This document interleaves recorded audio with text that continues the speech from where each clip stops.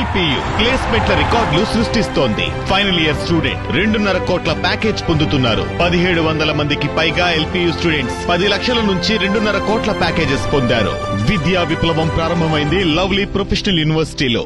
గతంలో ఎన్నడూ లేని విధంగా ఏపీ పాలనా చరిత్రలోనే లేని విధంగా రాష్ట్ర వ్యాప్తంగా రాజకీయ కక్ష సాధింపులు అడ్డు అదుపు లేకుండా సాగుతున్నాయి. అబద్ధాలు అవాస్తవాల ఆధారంగా కేసులు పెడుతూ లేనిపోని స్కాములను అంటగడుతూ అధికార మదంతో రెచ్చిపోతున్నారు కూటమి పాలకులు. ఎమర్జెన్సీని తలపిస్తూ ఏపీలో కొనసాగుతున్న అప్రజాస్వామిక విధానాలపై ప్రముఖ జర్నలిస్ట్ కొమ్మినేని శ్రీనివాసరావు కామెంట్ ఇప్పుడు చూద్దాం. సాధారణంగా ఎక్కడైనా పోలీస్ వ్యవస్థ నిజాలు రాబట్టడానికి ప్రయత్నించాలి. దురదృష్టవశాత్తు ఏపీలో మాత్రం తాము సృష్టించుకున్న అబద్ధాలను నిజాలుగా మార్చడానికి కొంతమంది పోలీసులు చేస్తున్న ప్రయత్నాలు శోచనీయంగా ఉన్నాయి.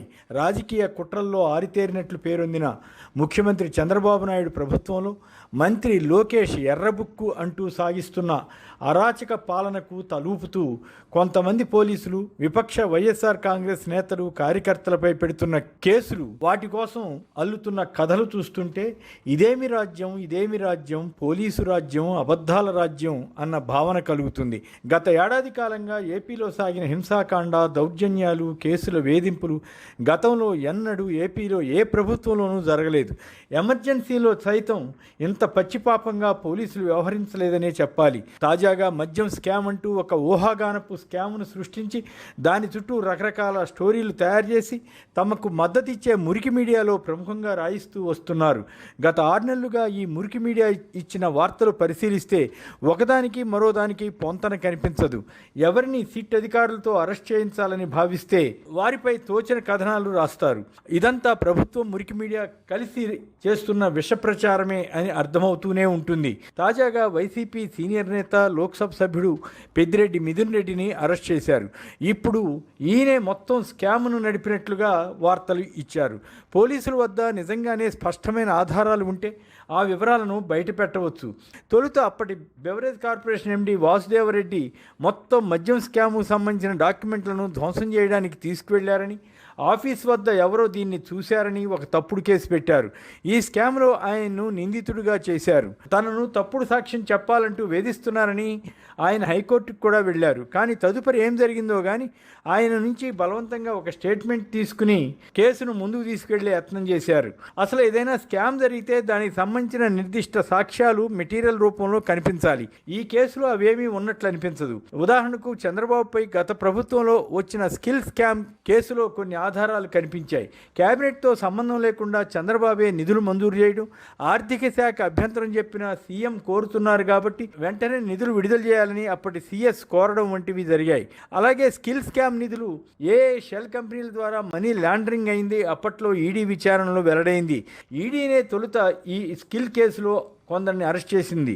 తదుపరి ఏపీసీఐడి చంద్రబాబును అరెస్ట్ చేసింది. అలాగే చంద్రబాబుపై గత ప్రభుత్వం పెట్టిన మద్యం కేసులో కూడా స్పష్టంగా ఆ రోజుల్లో ప్రివిలేజ్ ఫీజు రద్దు చేయడం ద్వారా నష్టం వచ్చినట్లుగా ఆధార సహితంగా తెలిపింది.